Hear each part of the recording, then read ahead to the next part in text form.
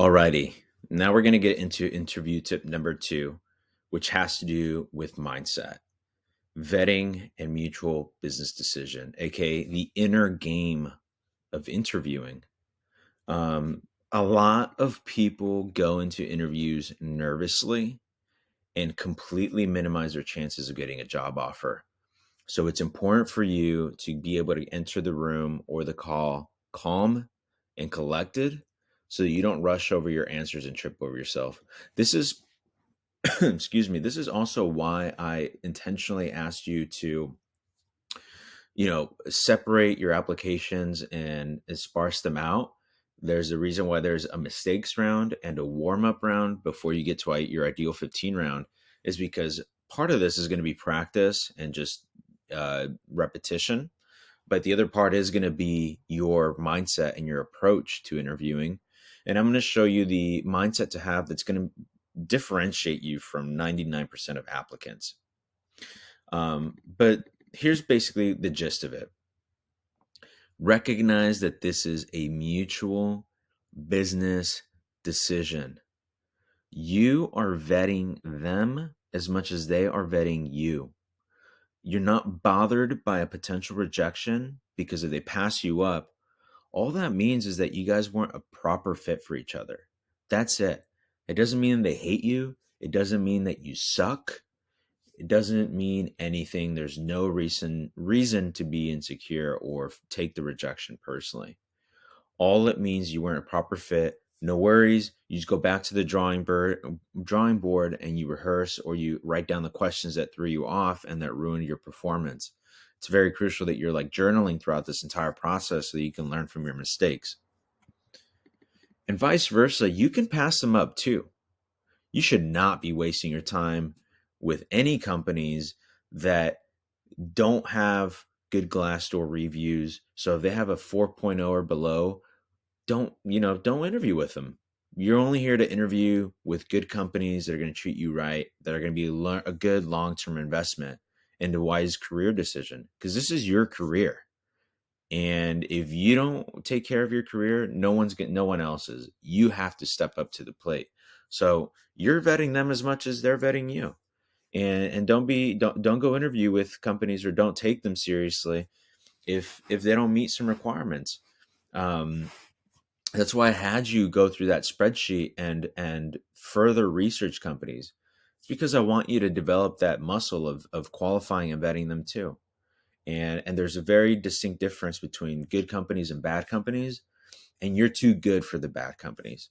So you can also turn away companies who you interview with, but you don't feel that excitement. Maybe you didn't hit it off with the recruiter. Maybe you didn't hit it off with the sales manager. Or maybe you interviewed with one of their salespeople on the team and you thought they were a douche. That's 100% acceptable. And you could, after that, email the recruiter and be like, you know what? After talking through the team, I just don't feel like this is the right fit for me, and move on to the next one. That's all there is to it. You are qualifying them and vetting them as much as they're vetting you. It's a mutual business decision. And, I already mentioned this, but again, this is a big decision. That's the purpose of interviewing. It's high stakes for both parties. So that's why they care. That's why they're interviewing you. They're interviewing, to find the right person. They don't want to get stuck with a bad fit or someone that they're gonna have to fire in 3 months. They really want to find the right people, and it's hard for them. It's actually hard for them. And so recognize that they're actually really, really, really thirsty and eager to find the right person. And even though they have a ton of applicants, it doesn't mean that they're getting good applicants. That great applicants are actually rare, and they're fighting for them. Especially if maybe they're not the number one company in their space, they're going to be struggling. So recognize that, and it's a big decision for them as it is for you. So make sure to that's why we're entering this with the mutual business decision mindset. And again, this isn't interviewing as much as it really is vetting. I think the word interviewing is the wrong word for this entire process, but it just is what it is. But it's vetting. Why would you join a terrible company with a terrible product or bad team? That just doesn't make sense. Think of it like, dating or relationships. Why would you marry or get into a relationship with someone that's mean, or someone that doesn't have the same, let's say, beliefs or background as you? You want to find someone that has commonalities, someone that kind of thinks like you and that you're going to easily get along with. And it's the same with companies. You're vetting them so that you can potentially enter a win-win relationship. And I'll finalize with this, right? You have what's called equal business stature. Just because you're trying to break into tech sales and it's a new industry for you doesn't mean that you have um, that you're at a disadvantage. It doesn't mean that they have the upper hand. They don't have the upper hand just because they have a job opening that's going to give you money. It's really not like that.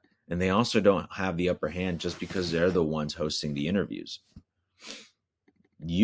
Actually, it's worth arguing that you actually have the upper hand because you have what they're looking for. They're the ones that are trying to fill the open role. They're the ones with the open role. They're the ones that are losing out on money and losing out on sales the longer that this job opening stays open. So they really have to fill the seat as quickly as possible with the best person possible. So actually, they're the ones scrambling because they have got open spots on their team. They need a full team to be able to win, just like a sports team. If a sports team doesn't have their all stars or a good bench, guess what? It doesn't matter how good that team is. That team is going to lose compared to a team that's got a full team, has everyone, every seat filled, and is ready to go in all in. So they're actually the ones struggling. They're the ones that need something as much as you do. You might need the job, but they need the applicant. So if anything, you actually have the upper hand because there's a lot of companies out there. There's a lot of companies hiring, and they're the ones that are having to compete for talented people to gain a competitive advantage against their competitors. There's, as you've probably done at this point, you've done your research. After you completed your ideal 15 spreadsheet, that there's a lot of great companies out there, but it doesn't mean that there's a lot of great applicants out there for them. So they're the ones competing for talent. And it's like Michael Jordan, let's say. Every basketball team wanted Michael Jordan, but there's only one Michael Jordan. So what are these teams going to do to win Michael Jordan and get them on their team? They have to pay him a lot. They're going to have to be a good team. They're going to have to treat him well. They're going to have to have good attitude. There's a lot of things that Michael Jordan would have looked for in a team prior to joining them. Think of yourself kind of like that. There's a lot of companies thirsty for good talent and good people, but there's only one of you. So at the end of the day, really, both parties have the equal hand. You have equal business stature. So don't be nervous. Come into these interviews composed and calm, knowing that you have what they're looking for. You have the upper hand, and so do they. There's no reason to come into these interviews nervous. You should be coming in confident, especially after learning how to do discovery, especially after knowing how to do research on Glassdoor, on G2, and on their website to pick out winning companies. You're choosy. You're choosing as much as they are. And then in one of these next lessons, I'm actually going to give you a full list of questions to bring to your interviews so that you can properly vet them and make sure that you're actually joining a good company. Because again, it's all about equal business stature and making the right mutual business decision here. They don't want to get stuck with a bad person, a bad applicant, and you don't want to get stuck in a dead end job. So you're both qualifying each other, and when you look at it from that perspective, you start to come into interviews a lot more composed and a lot more confident.